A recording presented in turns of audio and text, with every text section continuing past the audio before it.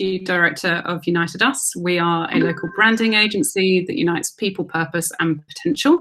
And I'm also non-exec of Century Funding, which is the UK's first litigation funding portal. And I'm joined today not only by the fabulous WiredSussex team, who so hopefully most of you will know, but other members of this Society is Greater Than Tech series. I can see that Anne is here, and the conversation that we're having today, hi Anne, is with Professor Andy Stirling as well. So Andy, do you want to say hi? Hi there, everybody. It's great to be here. So I'll do the bigging up, Andy. So Andy is the Professor of Science and Technology Policy at SPRU as part of the University of Sussex. And alongside his co-editor, Ian Scoones, he recently published a book entitled The Politics of Uncertainty, Challenges of Transformation, which is a collection of essays exploring how uncertainty underpins everything from finance and to insurance to critical infrastructure and our approach to climate change. So Andy and I have had quite a few really fascinating rambling discussions where we really dive into what that means in terms of everything from funding to the kind of future that we're designing for ourselves and what that could look like. This roundtable this evening is part of that WiredSussex project with the University of Sussex, where WiredSussex has matched 3 digital entrepreneurs with 3 academics from the University of Sussex. And this is that first roundtable. So it is a bit of an experiment. So please bear with us if there are any technical hiccups that occur. The backup for if one of our Wi-Fi dies is that the other one just keeps talking, which won't be a problem based on our past conversations. And the WiredSussex team are there to answer any questions that you have in the chat as well. And also they'll be feeding the questions through to us.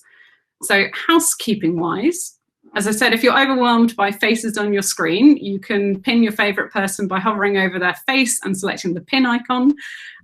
If your connection is poor or you'd like some additional assistance with the content that we're going through, there's also an option on that bottom menu in the white bar to turn on closed captions, which, having played around with it a bit yesterday, seems relatively accurate, which is great. And also slightly creepy. AI is taking over. Please do keep yourselves on mute unless we invite you to speak, but do flood the chat box with hellos, introductions, talk to one another, send questions, comments, observations that you'd like to share. We're really up for this being a lively discussion. And as I said, if mine or Andy's internet drops off, the other one will keep going and the WiredSussex team will step in. And if you'd like to speak to a moderator, please look out for one of the WiredSussex team. We've got Rifa and Anna here on hand to help. So with 46 people and counting joining our discussion today, I thought we'd kick off. So as I said, Andy and I have had a couple of discussions about this huge topic about uncertainty already, but you can check some of those out on the WiredSussex YouTube channel. Andy's got a fantastic talk where he kind of runs you through some of his work on uncertainty and the politics of it. And we also have a discussion on there as well. But to kick us off today, I thought we could start by considering how our management of risk shapes and drives our pathways to innovation. In particular, I thought for anyone that has ever been on Innovate UK, you'll always see that the focus of funding seems incredibly narrow. If you go on there today, you'll see that there are some funds available for cybersecurity and others for transport innovation, if anyone is looking.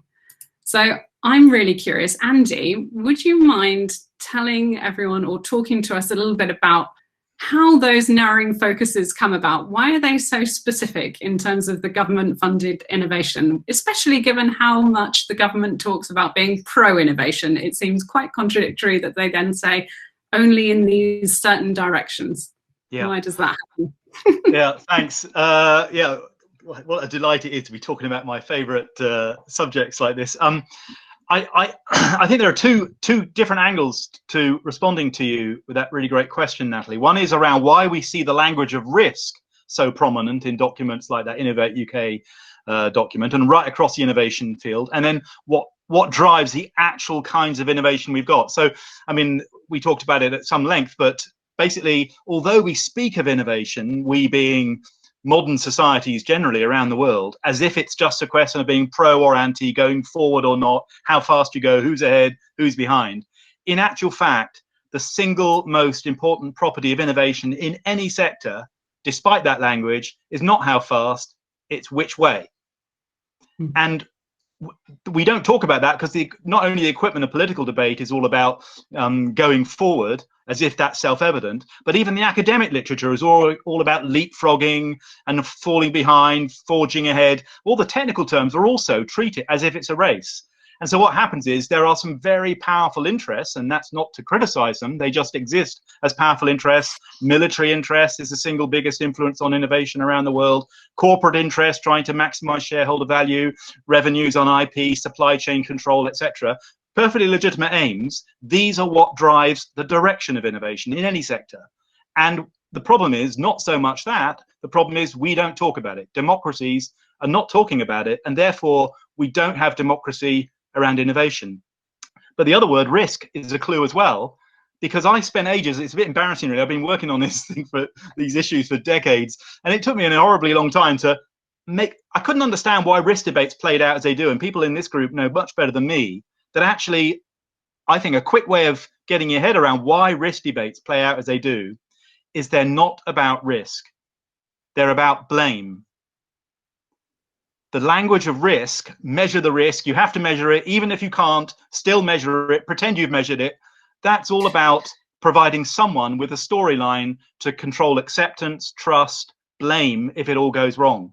And so what systematically gets excluded then, and what our book is about, is we speak of these issues in innovation as if somebody's quantified the risk and that tells us how fast to go, when in fact, the most important considerations around any innovation are A, we don't agree, and B, we don't know what the consequences will be.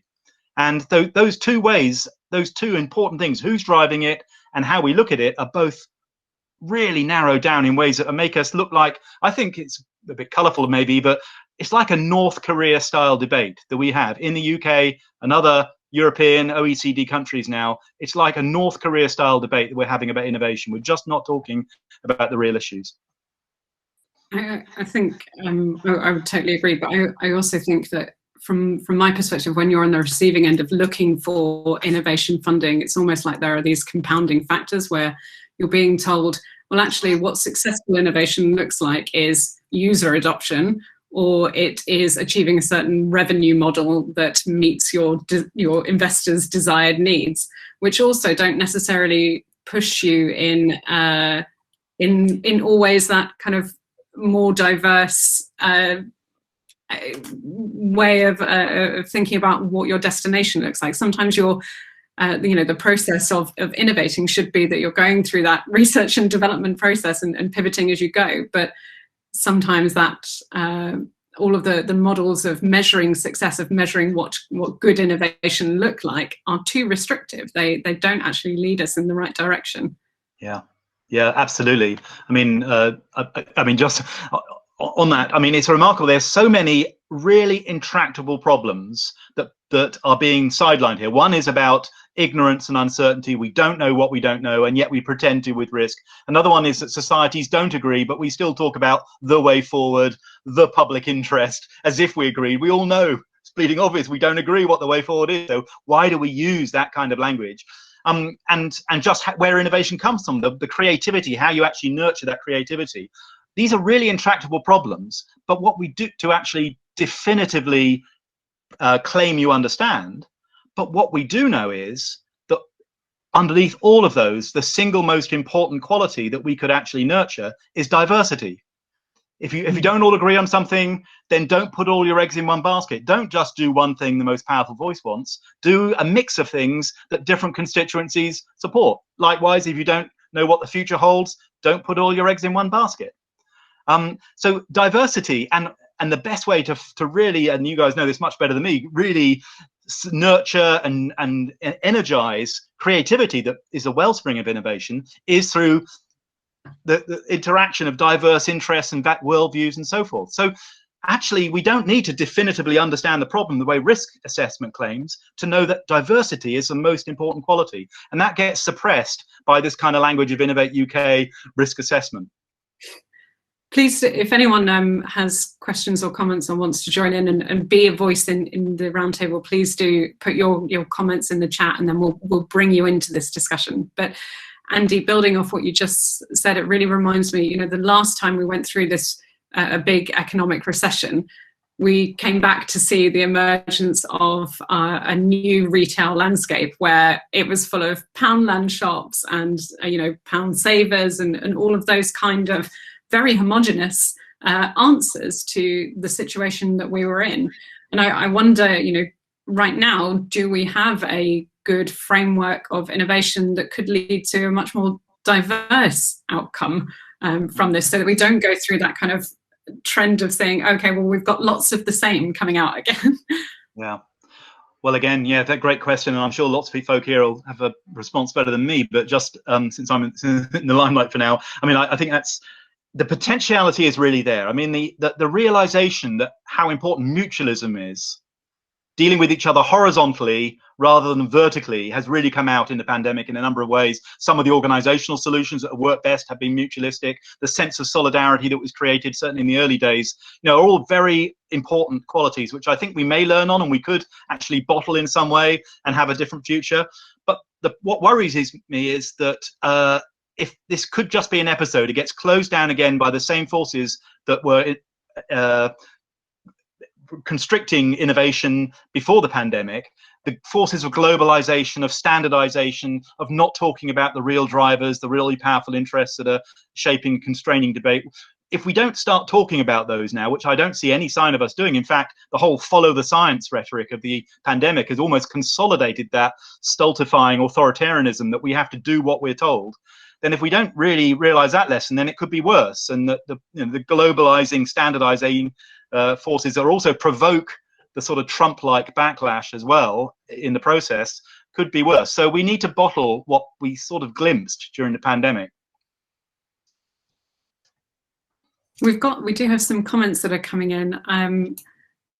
Layla has said that she was particularly struck by what you said, Andy, about innovation being about not going forwards or backwards, but what direction you want to go in. Said that was a brilliant way of looking at it. I completely agree. And I think Anne, who is also participating in our roundtable series, also has a question. You were talking about the Wellcome Trust, Anne. Yes, thank you. Yeah, Andy, I'm just interested if the Wellcome Trust, what they're doing, this leap, Wellcome Leap, is on your radar. They have brought in a very quite inspirational woman, Regina Dugan. She's the CEO, and they're calling it the DARPA for Health. So they're taking the DARPA innovation model and applying it to health. And I heard her speak on a podcast. I found her very inspirational, and she talked a lot about diversity. It just seemed like an interesting model. I don't know if that's on your radar, or if you have any comments on that or thoughts. Well, I've heard about it. My radar is actually a pretty defective radar. There's all sorts of really crucial things that don't appear on my radar. But I was funded once by the Wellcome Trust, and I'm very interested in their work, and it is great. I'm excited about some of the things they're doing. The Wellcome Trust do some things a lot better than other research funding agencies. On the other hand, this constant analogy with defense, like DARPA, that in order for us to somehow have missions and prioritize areas like health, which of course Wellcome is very, very positive that it engages in so strongly, we have to somehow adopt a defense analogy. And I think there's some hidden effects that come out of that. Like, for instance, the notion that, hierarchical, authority, science-driven kind of ways of approaching the problem come with that mission-oriented notion of the space program or the Apollo program or the DARPA model. So it's a mixed, I think there's dangers in it as well. It's not necessarily the way to allow diversity flourish. If you look at defense procurement, it really is not an area where diversity flourishes. I know there's other questions, so I'm not going to hog the space. I think when I hear military sources, it makes me nervous. But we can't deny that the internet itself was born out of a military research, and I believe DARPA. So it's just interesting that they're taking their model of innovation, they're applying it to health. They've got very ambitious agenda. They talk about diversity. So it's an interesting one, I think, for us to watch, for sure. And that thanks would be my view. I'll check it out and learn more about it. Thank you. Thank you. I think that touched really nicely on something that we also talked about, Andy, about the kind of, not just the fact that the activities within the military can breed a lot of innovation, but also they can often, because they've got funding to do it quite in one sense, but also because their ambitions can be quite large, they can also create the requisite groundswell in public opinion around it, in order for more people to buy into that direction of progress. And we talked about the space program being one of those things. Yep. And actually, in order for us to make progress, everyone needs to kind of know that that is the desired direction and really buy into that idea.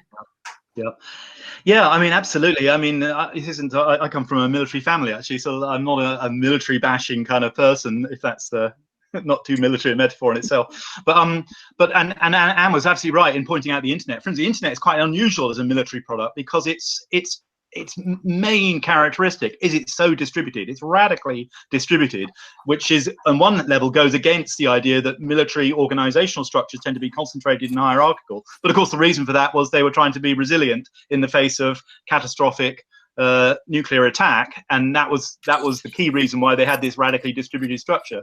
But the point is, it's not surprising that so much comes out of the military, because 40% of public investment around the world in innovation and research is military. And because research is so messy, it is such a sort of much more messy process and vibrant and creative process than we actually tell in our stories of programs and missions, then it leaks out. Wherever you do it, leaks out. So it's not surprising so many other things come out of the military, because the military is such a big area we invest in. So, you know, we would get spin-off wherever we spent our money on innovation, including social innovations as well. I think, Robin Brownsell, you've got an interesting question around following the science or not. Do you want to come off mute and join in? I can't see. Like many of us, listening to daily debates on this question. But so what is the alternative to following the science? Are we going to vote on the risk that go and visit grandma and we don't infect grandma and she doesn't kill everyone else in the care home? I know Harriet Harman, for example, has got a bill. I'm not suggesting that's what she's saying, but it's a very interesting balance that she's looking to achieve with, okay, what's worse, risk infection or the mental anguish that could be equally bad? Are you saying democratize the decision making? Yeah. You know, thanks. It's a great question, Robin. And a lot of people, you know, the fact that question is posed is a sign of the kind of polarization that we have in our society around science, because it's insisted so strongly that the value of science, which I've tried in the various contributions I make always to say how I'm motivated in my work by my respect for science. It's the single most important feature of our culture, but it's not an outcome. It's a process. What's valuable about science is, I mean, there were reportedly back in the early 20th century cargo cults in part of the world where they thought as long as you lay out an airfield in the forest and down will come airplanes and deliver cargo. And we somehow see science as a cargo cult. As long as we just have these steel and glass buildings, good things will come out of it, without attending to how it is that science is so phenomenally effective and precious. And the way science is effective is by actually approximating to democracy so well.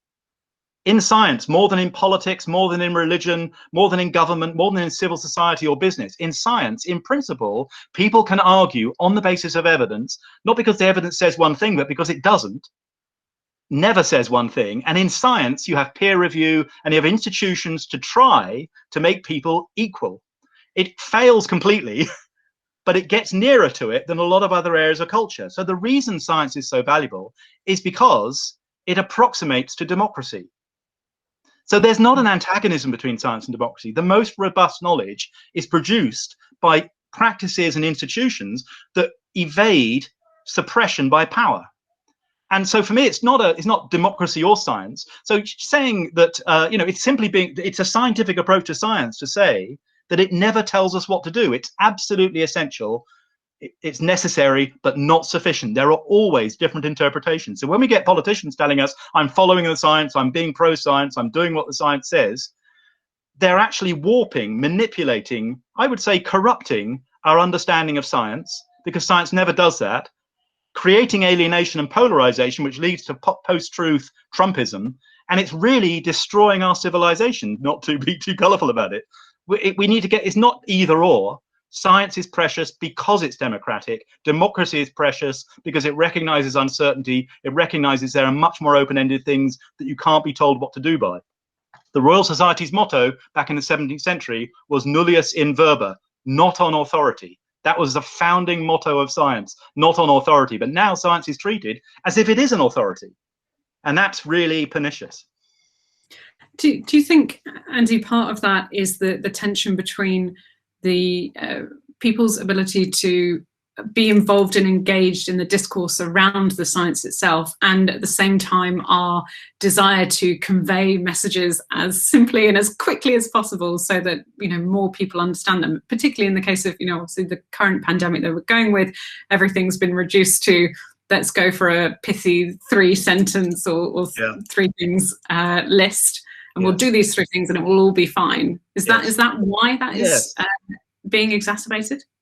I think culturally we are now completely saturated in this idea that somehow science gives us the answer to something, and so there is already the expectation has been created by decades, especially in recent years, of this kind of discourse. So I don't want to belittle it. It's difficult to get out of it. That's partly why politicians are forced into talking this way, because there is a genuine point of view of that kind. But I think in the more important than that is in people's ordinary lives, they know that nothing is certain. And when anyone from any background pretends they're certain about something, they're distrusting of it.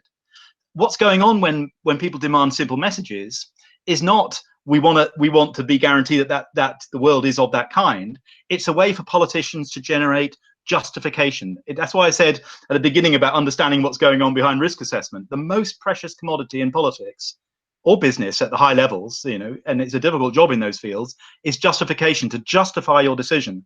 The most precious thing isn't being right. It's being able to defend yourself against accusations you're wrong. And those are different things. So you want trust, you want to manage blame, you want to foster acceptance. And the way you do that is by these simple stories. So when people say, give me the simple story, when a minister says, give me the elevator pitch, they're not saying, tell me what the truth is. They're saying, give me a story I can protect myself with.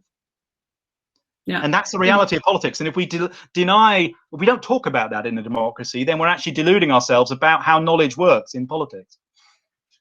In terms of those that comparison with business, what really jumped to mind was the idea of employee engagement. Like, if your workforce is engaged in something, and they are clicking on, they are performing tasks, they are doing their output, that means that they like where they work, that they are engaged. We have ticked the box because they've clicked on the thing that we've set up in our intranet that says, are you awake? Are you doing things?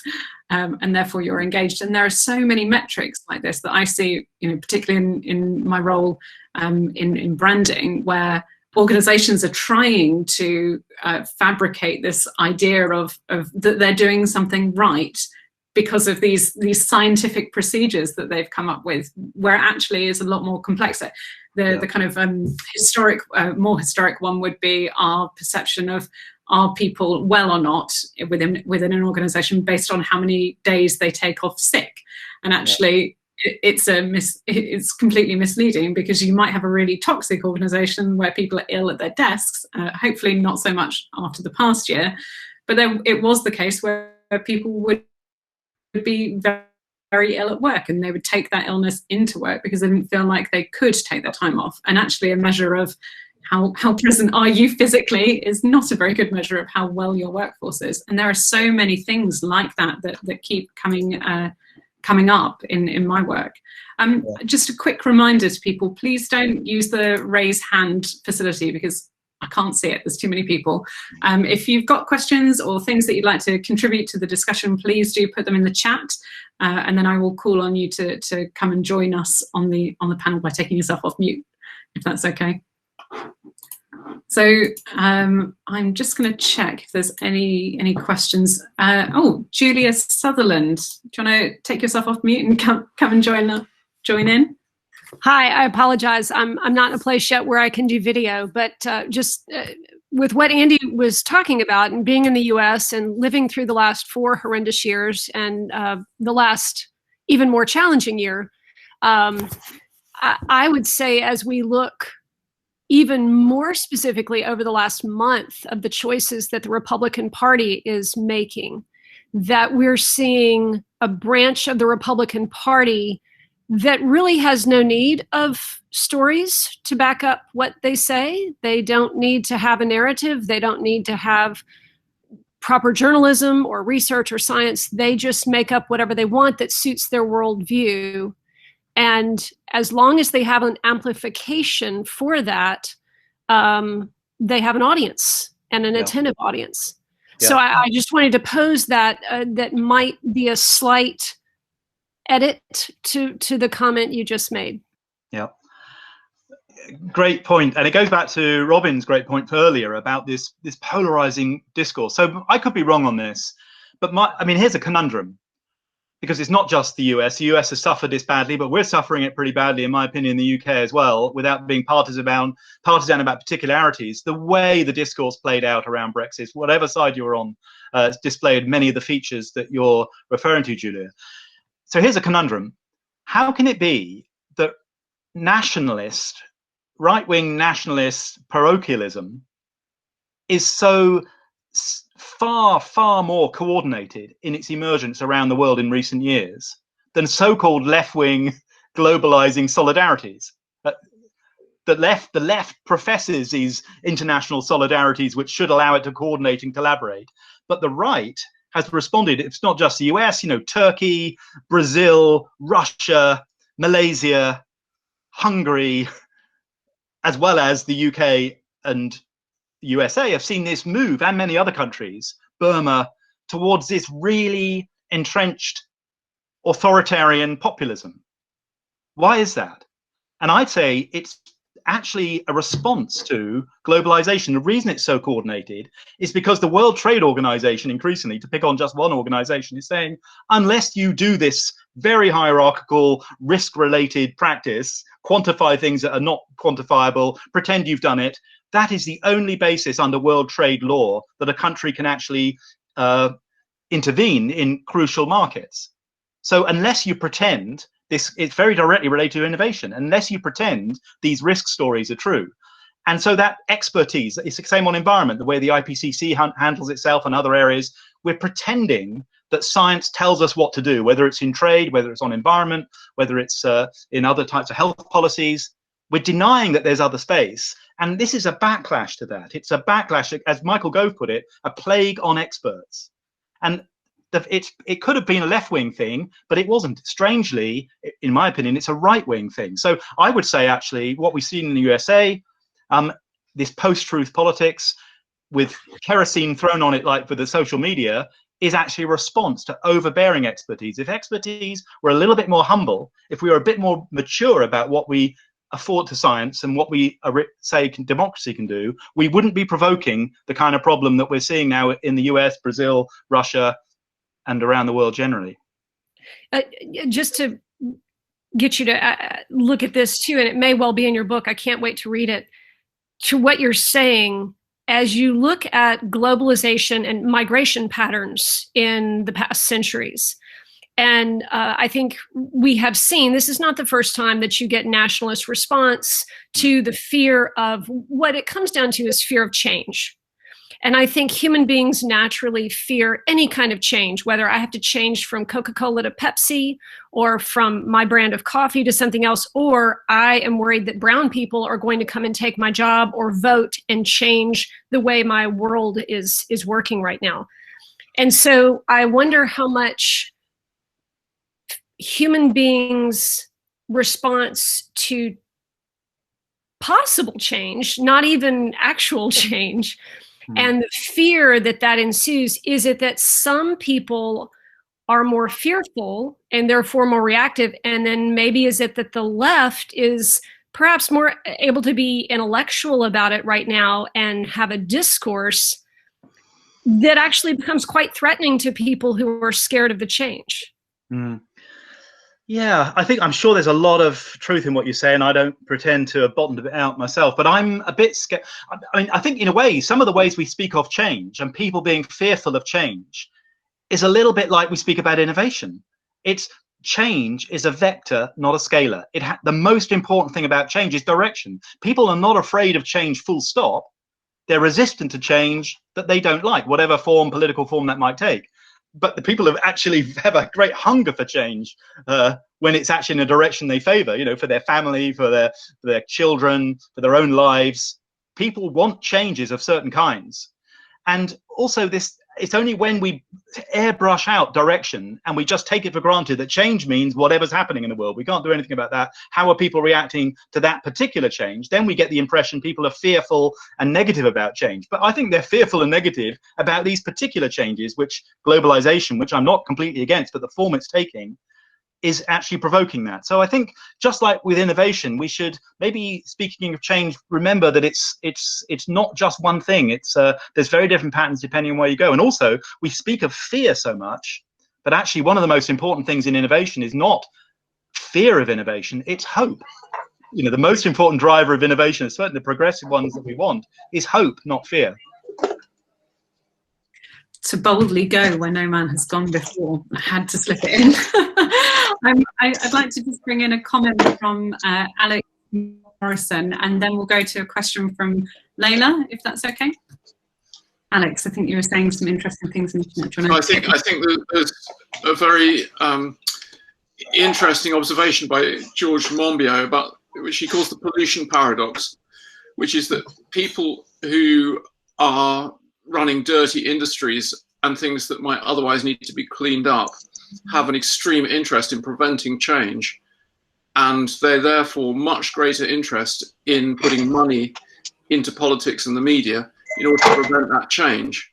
And I think we are the utter victims of a many decades long campaign in that area, which has not even been noticed by the left, and which we are now facing up to the reality of. So I don't think it is a question of democracy and so on. I think democracy is being utterly subverted by these moves, and until somebody can get a grip on that and starts to fight back effectively, which is starting to sort of happen maybe a little bit in the States now with what they're doing in the Congress.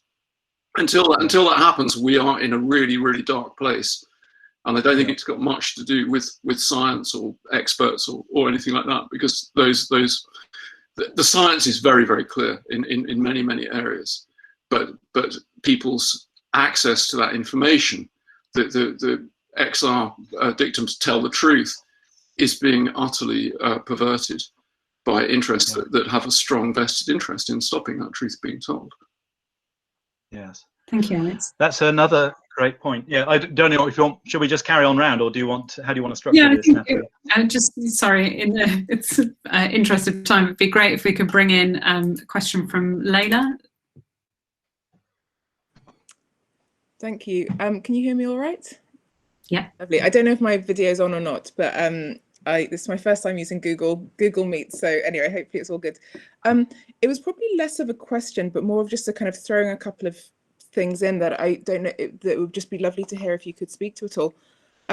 Firstly, I love this conversation. It's absolutely brilliant. And it's exactly the kind of stuff that I love to think about. I work in foresight and specifically scenario planning, which is compared to a lot of other foresight and kind of predictive tools, is a far more qualitative and a tool that basically is all about honoring the uncertainty, honoring complexity, honoring uncertainty, and getting people to ask those what ifs. We say, ask what if to avoid if only.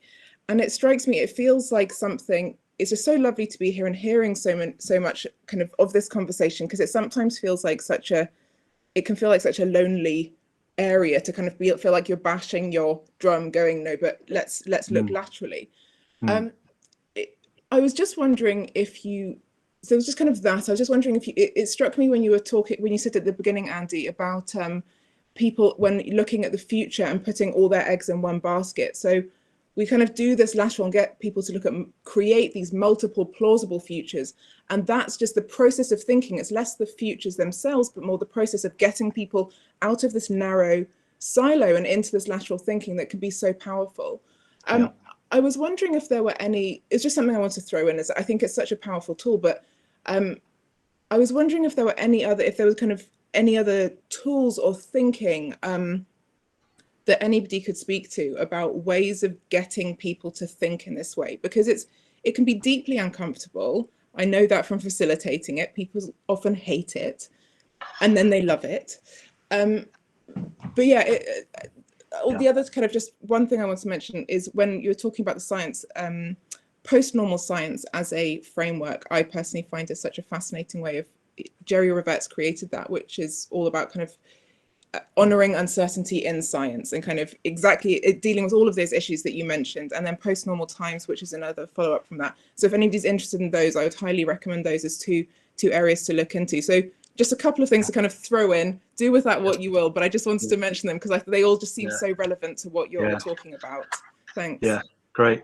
Well, I mean, great points. I mean, post-normal science is, yes, you can Google it. There are several resource websites with tools like the ones you mentioned, Layla, which absolutely chime, you're right, with what I've been saying. And I think what business has known, actually, businesses often, especially small business, market entry, is a very daunting process. And business knows this much better even than academia at that level. It's only when you get to the huge corporations that you get, business isn't one thing. And I think a lot of the innovative thinking around scenarios comes out of business. It certainly takes you out of the risk box. So it certainly is emancipating in the way you say to have different scenarios, not pretend there's just one average thing. But I think to pick up your cue, and I'll stop then on other things in that vein, beyond risk, beyond scenario analysis can still end up in straitjackets by whoever, like the shell scenarios. There's usually a 2x2, and somebody designed the nicely jazzed up sort of names for the scenarios, and then you have a talk, but you're talking in a disciplined way. You're talking about uncertainty within the bounds that are being given to you by someone who behind the scenes set the scenario template. So it's great, it's better than risk assessment, but even better is backcasting.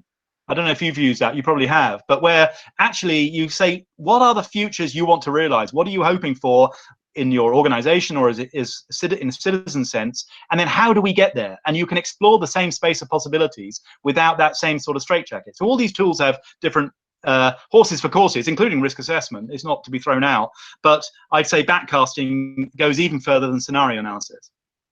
I'm going to also chime in with a bit of my experience on this. So as I said, I'm strategy director at a branding agency, so we're quite often brought in at that point where an organization is having a conversation with itself about what it wants to be in the future and what it's going to invest its people and resources in.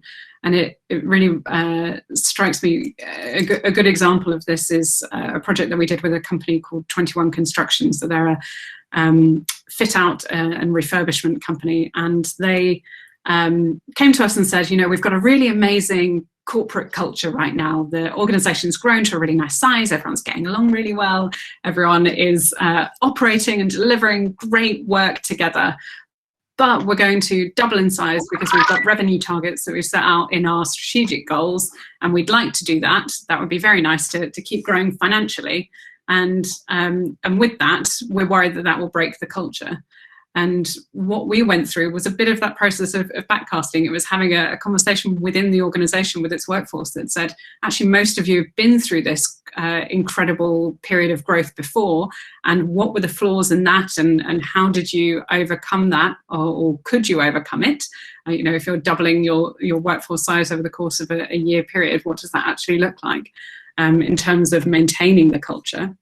And actually the outcome of that was to reorient the organization to say, well, actually, if you really value the culture and you want to keep that going, and that is actually how you'll measure the ongoing success of the business is that it will be one that you want to work in, then actually you need to do away with the idea that doubling your revenue is a really good idea and the only measure of success.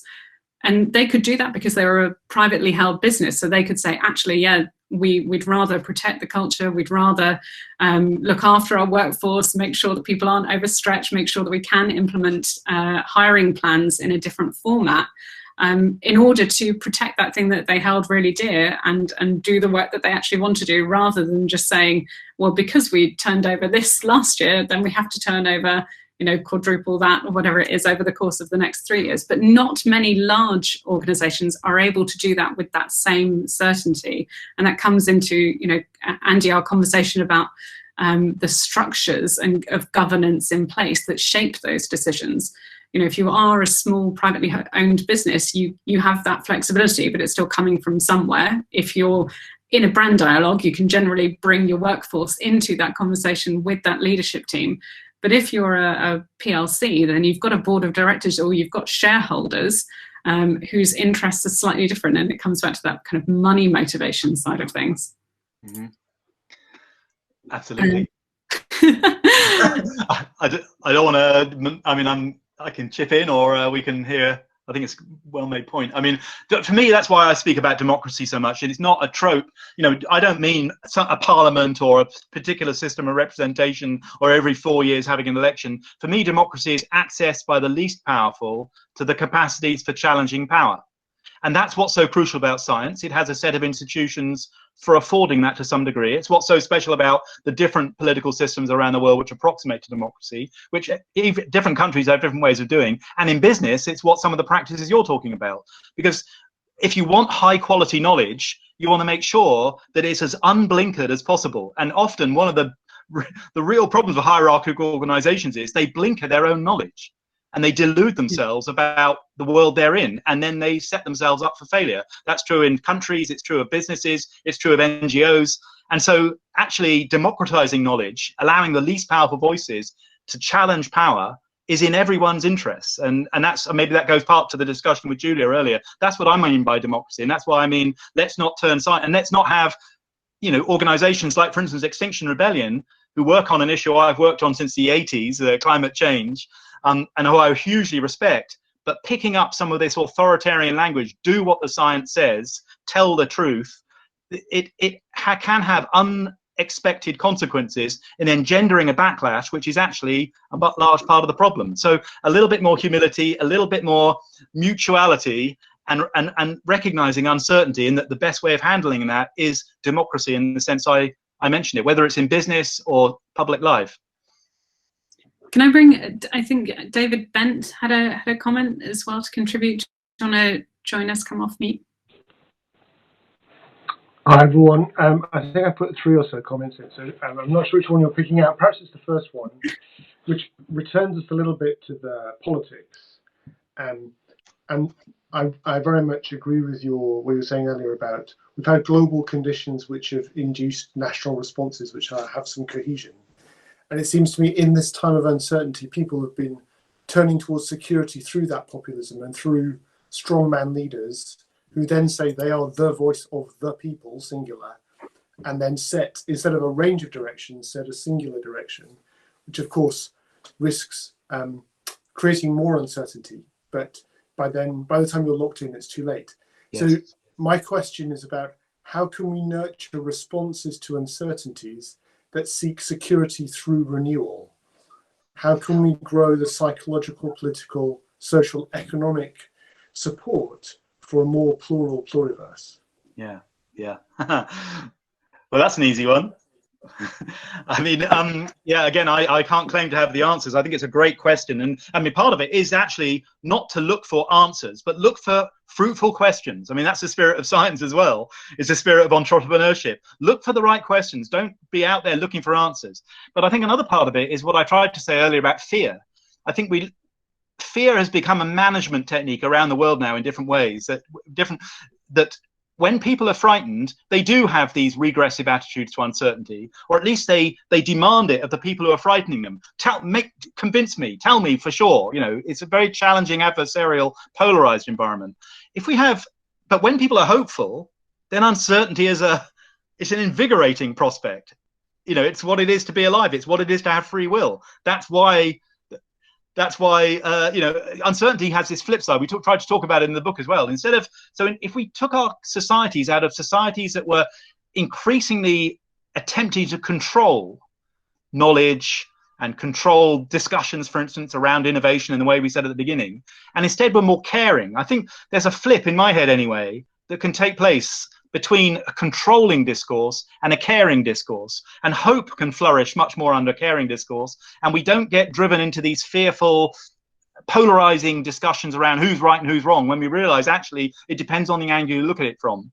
So I think part of the answer to the very important question you raised is that move from control to care, move from fear to hope, and see what happens then. These stories we tell ourselves about who we are and the world we're in are very potent in framing what we do with them, whether it's in global level or in particular communities. I think you touched on, there's a really interesting part there on how we actually, on a practical level, do that within businesses when so often the incentives, particularly in terms of, you know, financially, are not set up in order for us to behave in those democratic ways. You know, we've got patents and IP and company structures that say you have to say who this is, whose authority this is happening under, and obviously part of that is around risk, and a lot of it is around reward as well. Yep. And actually the kind of most democratic project that I've been involved in is not one that I've done through business. It's one that happened organically online, which is there you go, I'm going to expose the nerd that I am.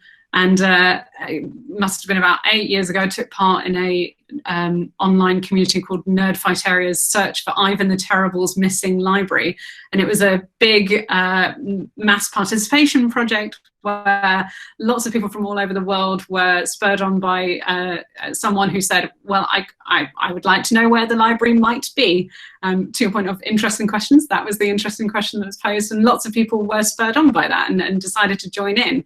But they were openly sharing the documents that they found, they were translating it, they were participating, and no one felt like they could own that discovery, that moment where you could say, well, I think it's definitely here, and here is all the evidence that back that up. But within a business, it's incredibly difficult to pursue those same kind of interesting questions with the same attitude of open collaboration.